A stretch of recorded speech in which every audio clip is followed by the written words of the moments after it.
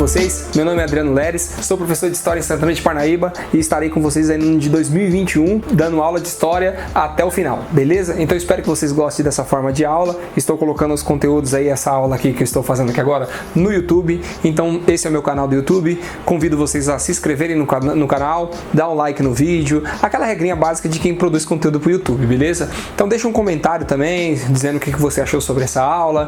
Pode deixar uma crítica, uma sugestão, coisa que você talvez queira ver num outro vídeo, ou se você gostou dessa forma de aula também. Por que eu estou fazendo assim? Eu, no ano passado, na dinâmica, quando começou as aulas remotas por conta da pandemia de Covid-19, eu comecei a fazer algumas aulas pelo Meet, como vários professores também fazem.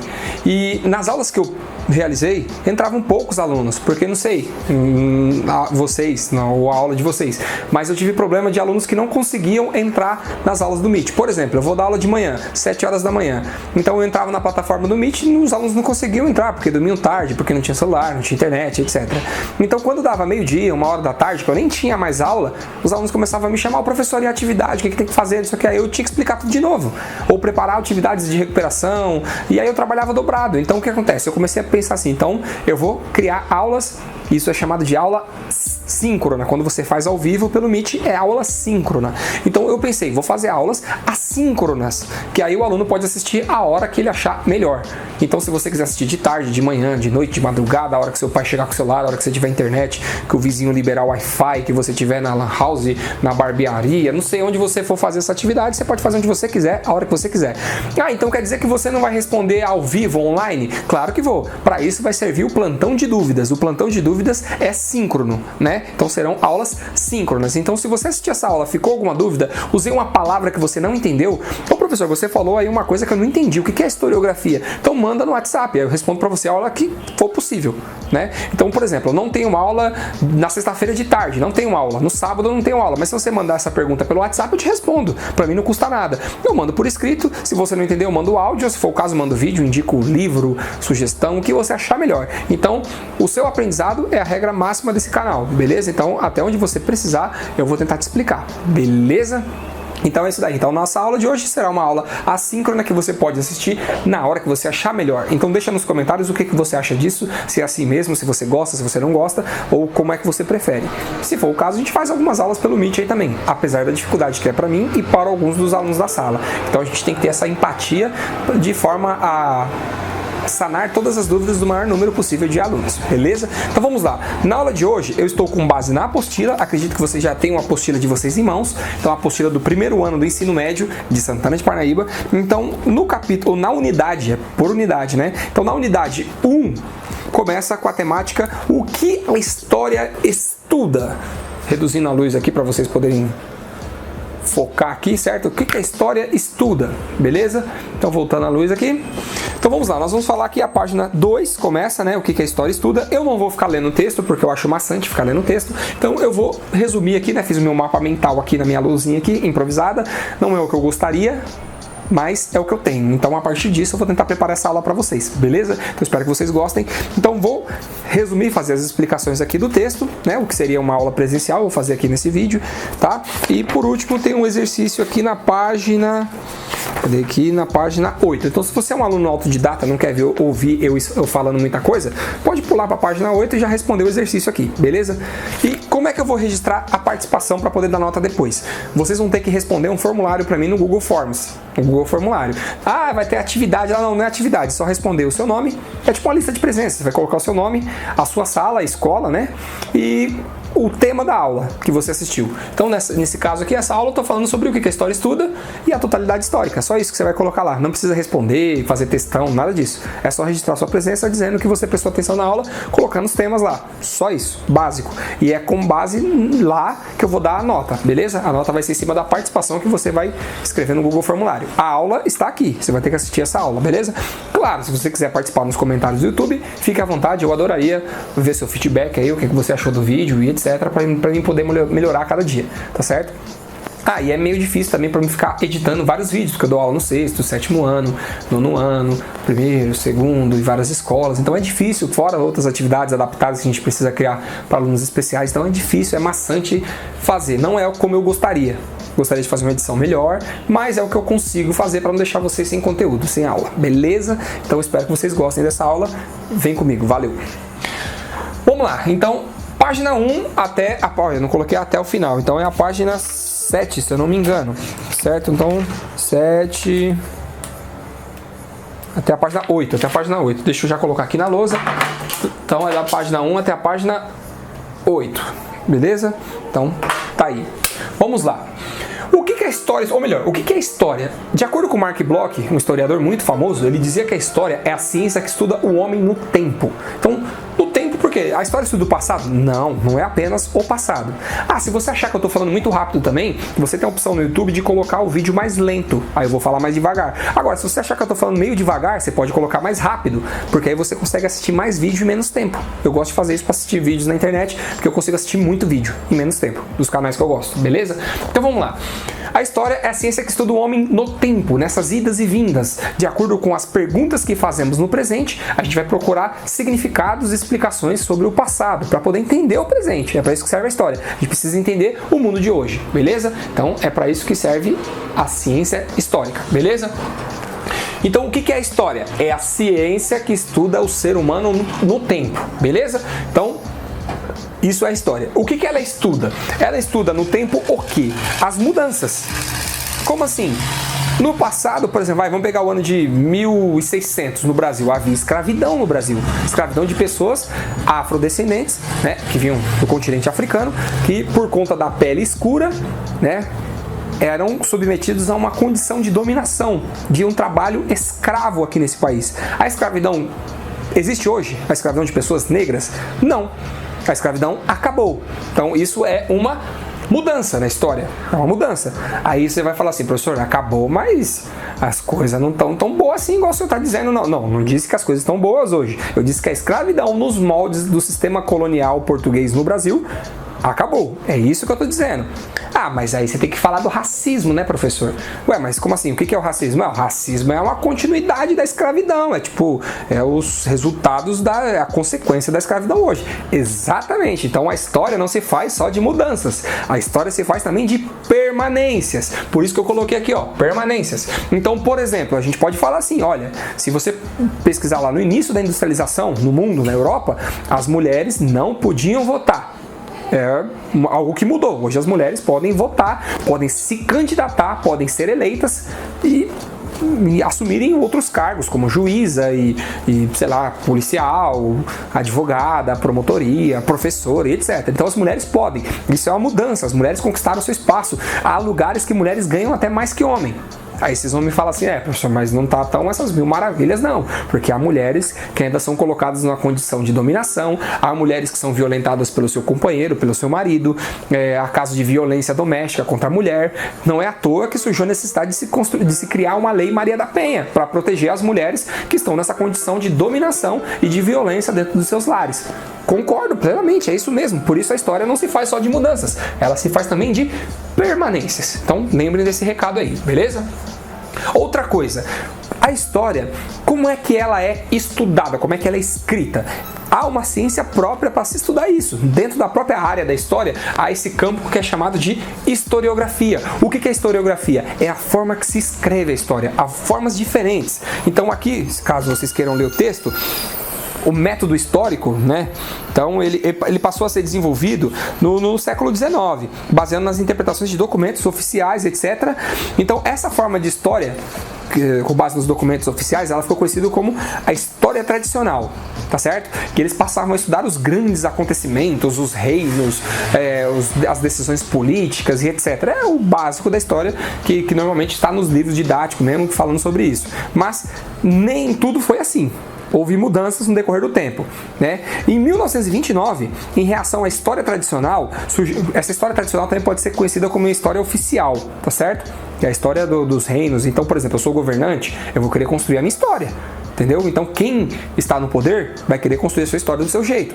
Então é a história tradicional, que normalmente um político pode até pagar para um historiador construir a sua história. História de um time de futebol, etc. Só para vocês terem uma ideia do que é a história tradicional. Mas nem tudo é assim. Então houve na historiografia outras formas de se construir. Cadê que a historiografia? Historiografia aqui. Então há outras formas de se construir a história também, como é o caso da Escola dos Análises, que propunha novos métodos de análise dos acontecimentos históricos e criaram uma história experimental e científica, com hipóteses e problemas de trabalho, tá certo? Com a convicção na unidade das ciências sociais, com ênfase na história. Surgiu assim a noção das variadas durações do tempo, curto, médio e longo prazo. Então depois a gente vai falar sobre as outras ciências que podem ajudar a história, né, quando eu for falar de totalidade. Então foi a Escola dos Análises que começou a buscar essa totalidade da história. Tá certo? E aí começaram a trabalhar a história também como curto, médio e longa duração. Porque há casos na história, por exemplo, a gente acabou de falar aqui sobre o machismo, ou a dominação dos homens sobre as mulheres, a inferioridade da mulher. Isso é uma história de longa duração. Isso aí, se a gente for buscar lá na época dos antigos, já haviam isso. E isso não acabou hoje, então é uma longa duração. A gente pode pegar episódios que demoram menos. Por exemplo, a escravidão africana, das pessoas de pele escura.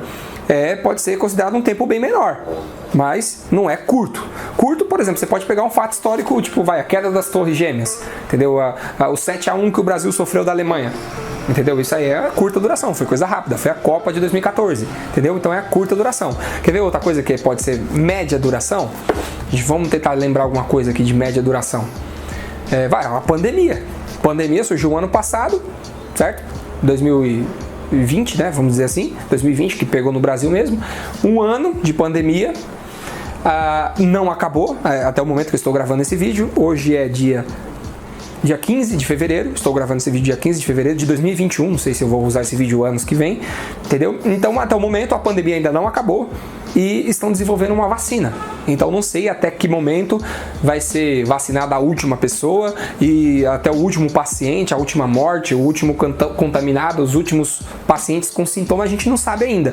Mas vamos supor, vamos chutar e ser esperançoso aqui, de que seja daqui uns 3, 4 anos, que não tenha mais nada disso. Então, é média duração, tá certo? Então, só para vocês terem uma ideia aí, tá bom? Continuando aqui, há também a chamada história social, tô lendo na página 3, tá, gente? A história social, que abordava a economia, a sociedade e as civilizações ao longo do tempo. Na década de 40, a historiografia marxista, baseada no materialismo histórico de Marx, Karl Marx, tá? É bem famoso esse autor. Estudava as formações econômicas sociais por meio da compreensão dos modos de produção. Então, com base no modo de produção capitalista, feudal, modo de produção asiático, com base nisso, esse método histórico ele passa a compreender a sociedade do período, tá certo? Então, com base no capitalismo, a gente consegue entender as relações das pessoas, as relações de produção, as relações econômicas. Então, é um outro método também de se fazer análise histórica. Vou dar um exemplo. Por que a escravidão acabou no Brasil? Acabou porque a princesa... então essa é a história oficial, hein? A história tradicional, a primeira aqui que eu falei. A história tradicional falaria assim, acabou porque a princesa assinou a Lei Áurea e aí colocou fim ao sistema de escravidão. A gente sabe que essa é a história tradicional. Aí vem os marxistas, né, ou a história social, e diria o seguinte: acabou por conta do modo de produção capitalista que necessitava que os negros entrassem no mercado de consumo e passassem a consumir também. E isso é o que defendia a Inglaterra. Então, os seres que eram escravizados, eles poderiam ter um salário, um dinheiro na sua mão e comercializar. Se eles fossem comercializar, a roda do capitalismo conseguiria girar cada vez mais. Então, essa é uma explicação da história social. Estão entendendo? Então, são várias formas de estudar um determinado fato. Isso que é legal da história, porque a história é a busca pela totalidade. A gente vai falar melhor sobre isso. A história nova. A partir dos anos 70, a história nova diminuiu a ênfase nos estudos da economia, com abordagem de outros temas como família, sexualidade, infância, atividades técnico-materiais e diversidade cultural. Então essa é a história nova. Então esse é aqueles livros que vende bastante. Então construir um livro, por exemplo, sobre família, falando como é que é a família no decorrer da história, como é que era a família em Roma, como é que é a família na Idade Média, uma família hoje. Então são os livros, aqueles mais legais para se vender, certo? Não são livros tão teóricos, tal assim, beleza? Então também tem a conhecida história cultural do social, que está intimamente ligada à antropologia, ou estudo das culturas. E tem seu interesse maior nos costumes em lugar dos acontecimentos. Então, ao invés de estudar os fatos históricos, eles vão estudar os costumes por trás desses fatos históricos, beleza?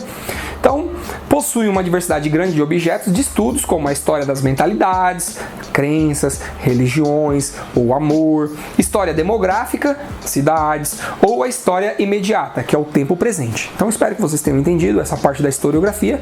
Então, qualquer coisa é só mandar mensagem ou colocar nos comentários aí, caso você não tenha entendido, ou se você gostou também da minha forma de explicar, pode colocar nos comentários, que eu adoro receber elogio, quem não gosta, né? Mas beleza, voltando aqui. Então, expliquei já a historiografia, que é a forma que se escreve ou que se estuda a história. Então, tem várias formas diferentes. Não tem a correta. É errado você fazer isso. Não, são várias formas, vários métodos diferentes, que pode-se chegar ao mesmo objetivo ou a objetivos diferentes, depende do que você quer. Tá bom? Vestígios, ou o nome mais correto seriam fontes históricas. Mas o que são fontes históricas ou os vestígios históricos? O historiador, tenta imaginar o seguinte, o historiador é como se ele fosse um investigador. O investigador precisa solucionar um crime. E para solucionar o crime você precisa de prova. Você não pode acusar uma pessoa sem prova. Fulano matou ciclano. Você tem prova? Não tem prova. Então é uma calúnia. A mesma coisa é o historiador. O historiador não pode chegar aqui e falar assim, o Hitler era isso, isso e aquilo. Você tem prova? Não, não tem prova. Então você não pode afirmar isso. Tá certo? Então tem que haver um consenso histórico. Então tem que haver normalmente na ciência é assim. O que está acima, ou melhor, o que está abaixo respeita o que está acima na hierarquia da história. Então eu, por exemplo, sou o professor, eu vou consultar os mestres e os doutores na história. E é assim que funciona. Então eu vou procurar historiadores para entender o que realmente foi o nazismo. E a partir daí eu passo para vocês que são meus alunos. É assim que funciona na ciência histórica, tá certo? Então voltando aqui. Como que a história funciona? Eu só posso contestar esses autores que estão acima de mim se eu usar a mesma fonte histórica que eles estudaram. Então, por exemplo, eu posso pegar uma lei da Alemanha nazista e falar assim, olha, peraí, o que esse autor escreveu aqui está errado, porque essa lei aqui dizia outra coisa, então nós podemos evidenciar que havia na Alemanha isso aqui sim, tá certo? Mas é claro, o autor que escreveu com base nessa lei, ele não vai negligenciar um fato desse. O que pode acontecer na história, e isso é importante, é que a história muda. Os livros podem mudar. Por quê? A gente pode descobrir novos documentos, a gente pode descobrir novas cartas, novas fotos, imagens, novos relatos históricos. Então pode mudar. Pode ser que um autor lá do passado escreveu uma coisa que hoje já é contestado, porque hoje pode surgir novas provas, novos vestígios, novas fontes históricas. Então acontece isso. Não é que aquele autor está errado, é que aquele autor foi superado. Acontece, faz parte da história, tá bom? Então, o que são as fontes históricas? São os vestígios. Tipo o quê? Se você quer falar sobre a época de Jesus Cristo não deixou nada escrito. Então você tem que consultar o quê? O documento que nós temos à mão é a Bíblia. Então na Bíblia lá tem os relatos dos apóstolos, das pessoas que conviveram com Jesus Cristo. Mas vamos supor que depois, um dia depois, aí a ciência histórica ache um escrito de Jesus e é comprovadamente que ele realmente escreveu aquilo. Então pode ser que muitos relatos históricos podem ser alterados. Muitos estudos podem ser alterados. A mesma coisa vale para outros fenômenos. Você está estudando a Roma Antiga. O que a gente pode utilizar? A arquitetura da Roma Antiga, os livros sobre Roma Antiga, as fotos não, mas pinturas, relatos, textos antigos relatando sobre Roma. A gente pode utilizar como fonte histórica. Para relatar sobre a sua vida, de que você que está me assistindo, o que a gente poderia utilizar? Poderíamos utilizar os seus documentos, poderíamos utilizar o seu caderno, as suas anotações, o seu diário, o seu histórico de pesquisa no Google, seu WhatsApp. Nossa, que perigo se pegarem tudo que eu escrevo no WhatsApp. Então, é isso aí. A história é isso. A gente pega os vestígios e reconstrói o passado sobre a pessoa. Beleza? É isso aí. Então, mudando aqui. Agora eu vou falar sobre a totalidade. A busca da totalidade de história, a gente tem que buscar a compreensão total da história. Tá certo? Isso é o ideal. É difícil, mas é o ideal. Então, para a gente tentar chegar no máximo possível da totalidade histórica, nós consultamos outras áreas da ciência. Tipo, quais áreas? Vamos lá, vou perguntar para vocês aqui. Tempo para pensar. Quais áreas científicas podem ajudar a história? Vamos lá, temos algumas, vou listar para vocês. A geografia é quase que uma ciência irmã da história. A história estuda o ser humano no tempo. A geografia estuda o mesmo ser humano no espaço geográfico. Então a geografia pode ajudar. Por exemplo, Por que na Grécia Antiga as cidades eram tão autônomas? Por exemplo, Atenas, Esparta, uma não mandava na outra, cada uma tinha a sua própria forma de governo. Isso poderia ser explicado também pela geografia, porque eles estavam isolados por causa de montanhas, ilhas e etc. Então isso facilitava o isolamento dessas cidades. Então a geografia pode ajudar a história a entender essas coisas. Por exemplo, a bomba atômica, ela teve um efeito devastador no Japão. Por quê? Por conta da arquitetura do Japão, como eram construídas as casas. E antes disso, antes de soltar a bomba, houveram pesquisadores que procuraram entender por que soltar no Japão. Aí, claro, vai ter uma análise política do período, né, da geopolítica. Aí vão entender também sobre a antropologia, a cultura japonesa. Então, não é tão simples assim. Então, a busca da totalidade histórica é utilizar outras áreas que podem fornecer um conhecimento maior sobre a totalidade histórica. Então vamos lá, vou listar algumas áreas aqui que eu não lembro de cabeça. A epigrafia, que é a ciência que estuda as inscrições gravadas em pedras. A cronologia, que estuda o tempo, né, ou a geografia localiza os acontecimentos históricos no espaço, e a cronologia situa-os no tempo. Então, a utilização das datas e poder calcular as datas, tudo certinho. Por exemplo, quer ver, vamos dar um exemplo aqui. Jesus, quando viveu na Terra, ele esteve presente nas navegações de Portugal. Não, peraí. Não bate, porque Portugal não existia nessa época. Portugal surgiu como um país só no ano tal, então não dá certo com a época que Jesus viveu. Então a cronologia, ela consegue fazer a gente perceber o que a gente chama de anacronismo histórico. É quando uma coisa não bate com o tempo. Então peraí, o professor Adriano disse que ele viu o gol do Pelé na Copa de 70, mas quando que o professor Adriano nasceu? Pega a certidão de nascimento, 86? Não, mas ele não era nascido. Como é que ele viu o gol do Pelé na Copa de 70? Entendeu? E assim a gente consegue chegar na totalidade com a cronologia. Tem a paleografia. Paleografia é a área que estuda os textos antigos. Arqueologia, que estuda os vestígios, os artefatos da época da pré-história. O que mais? Psicologia, para entender a mentalidade das pessoas. A antropologia, a própria filosofia nos fornece um conhecimento muito vasto sobre os autores. A sociologia, para se estudar as sociedades. A economia, que contextualiza a história da produção, circulação, distribuição de consumo e riqueza dos povos. E a linguística, e por aí vai. Eu não vou ler todos aqui não, mas é bem por aí. Então, quem faz a história? Então é a perguntinha que tem na página 7 aqui. Quem faz a história? A história é feita por quem? Pelos sujeitos históricos. Quem são os sujeitos históricos? Tenta imaginar a história como se ela fosse um grande filme. E neste filme, nós, os seres humanos, somos os autores. A gente vive a história.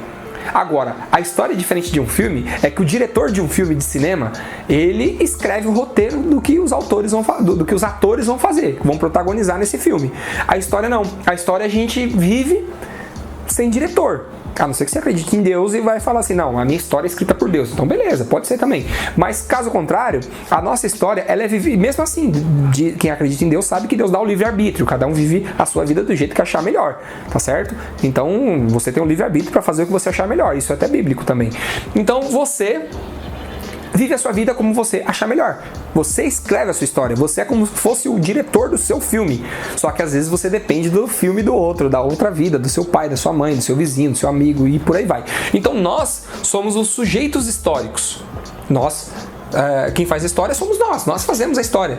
Só que quem vai escrever a história são os historiadores. Que aí sou eu, professor Adriano, e mais outros profissionais da área de história. Então nós, historiadores, a gente escreve a história, mas a gente não escreve o que a gente quer. A gente tem que escrever a história com base no que você deixar como vestígio, como fontes históricas. Então você viveu a sua vida, tudo que você deixou, eu vou ter que pegar depois e construir essa história com base no que você deixou. Ou até em vida mesmo. Eu vou ter que pegar tudo que você deixou para construir a sua história. Se um dia você for uma pessoa assim, vamos supor que você é diretor de um time de futebol, você vai falar assim, professor Adriano, escreve a história do meu time? Fala, claro que eu escrevo.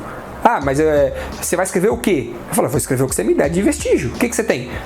Tem um documento antigo, tem foto antiga, tem vídeo antigo, tem as taças. Cadê as taças que vocês ganharam? Ah, não, tá aqui, ó, os troféus que a gente ganhou, as medalhas, tal. Então, por exemplo, na sua escola tem um monte de troféu aí. Pode consultar, pergunta para a diretora da sua escola. Diretor, tem troféu na nossa escola? Claro que tem. Daria para construir uma história sobre essas conquistas. Isso que é legal. Então, os seres humanos, eles deixam os vestígios. Com base nesses vestígios, né, que os sujeitos históricos deixam, nós, historiadores, vamos reescrever ou escrever a história. É assim que funciona, beleza? História com I maiúsculo, porque história com E é conto. Então, é conto de fato, você pode escrever o que você quiser. A história com E é arte. Aí você é livre para imaginar, para falar que existe unicórnio na Terra, que os zumbis invadiram não sei aonde. Aí você pode imaginar. É história com E. Agora, história com H maiúsculo, é seriedade. A gente tem que provar o que está falando com documentos históricos, que não deixa de ser legal também. Claro que é muito legal, mas você não pode falar qualquer coisa, o que você quiser, o que vier na sua cabeça. Tem que provar o que está falando. E nós, pesquisadores, a gente tem toda uma seriedade, uma credibilidade histórica. A gente não pode falar o que quiser, porque a nossa credibilidade, como eu, professor de história, está em jogo. Então, eu vou tomar o máximo cuidado para não falar uma bobagem. Então, eu só falo coisas que estão amparadas em documentos históricos ou fontes históricas ou até material científico, como é o caso da apostila. Mas a apostila pode errar também, a gente pode fazer críticas à apostila, mas esse é assunto para depois, tá bom? Então, a princípio é isso. Nós, como seres humanos, somos os únicos animais que produzem cultura. Então, nós, seres humanos, produzimos cultura. Isso é o que nos diferencia de outros animais. Somos seres culturais, seres sociais. Então, é isso que a história vai estudar, o produto da cultura. Beleza? Conseguiram entender? Espero que vocês tenham gostado da aula de hoje. Então vamos lá para o exercício final, que é na página 8 da sua apostila. Na página 8 tem um exercício aqui que vocês vão ter que ler uma lei, né? Tá aqui a lei número 10.679 de 2003. A lei é curtinha, eu vou ler para vocês aqui. Nos estabelecimentos de ensino fundamental e médio, que é o caso da sua escola, oficiais e particulares, torna-se obrigatório o ensino sobre história e cultura afro-brasileira. Nossa, então é obrigado estudar a cultura da África e do Brasil afro-brasileiro? A história dos negros? É obrigatório? Claro que é. É obrigatório. E parágrafo 1º. O conteúdo programático incluirá o estudo da história da África e dos africanos, a luta dos negros no Brasil, a cultura negra brasileira e o negro na formação da sociedade nacional, resgatando a contribuição do povo negro nas áreas social, econômica e política, pertinentes à história do Brasil. Então é isso. Então, a pergunta. Que tipo de fonte histórica é a lei? É uma fonte escrita. Então você pode extrair tipo de fonte escrita. A lei é uma foto? Não. A lei é uma imagem? Não. A lei é um cinema? Não. A lei é audiovisual? Não. Não é áudio, a não ser que seja obrigatório fazer o áudio para alguém entender. Mas esse caso aqui que a gente leu é uma fonte escrita. 2. Explique com suas palavras o conteúdo da lei 10.679. Aí é pessoal, você vai ter que explicar o que você entendeu dessa lei. O que é obrigatório de acordo com essa lei? Então, 3. Em grupos, depois de debaterem um assunto sob a orientação do professor, reflitam e respondam qual é a importância da lei para nós brasileiros. Então, se você quiser colocar nos comentários aí do vídeo para que mais pessoas possam ver, e aí um pode responder o do outro, etc, questionar, concordar, discordar, deixar o like, dislike, e por aí vai. É isso. Então, na 3 aqui, vocês vão ter que responder a importância. Então, pode dizer nos comentários aí o que você acha. É importante essa lei? Obrigando a história da África e a cultura afro-brasileira no Brasil? É importante? Por quê? Sim ou por que não? Tá? Eu digo que é importante sim. A gente precisa conhecer outras tradições. A história normalmente estuda, a história tradicional estuda a cultura europeia. Tá? Então é importante entender também a história da cultura asiática e a cultura africana, principalmente porque é uma das que deixa muitos traços na nossa cultura brasileira, beleza? Então é isso aí, galera, valeu, agradeço quem ficou até o final e não se esqueçam de responder o Google Formulário com a presença, colocando seu nome, a escola que você é e resumindo qual que é o tema da aula, e eu vou colocar a nota lá no final do bimestre para você ficar com a nota legal aí, beleza? Foi um prazer, espero que vocês conheçam o meu canal, vejam outros vídeos aqui no canal, deixa o like, se inscrevam e é isso aí, valeu, até mais!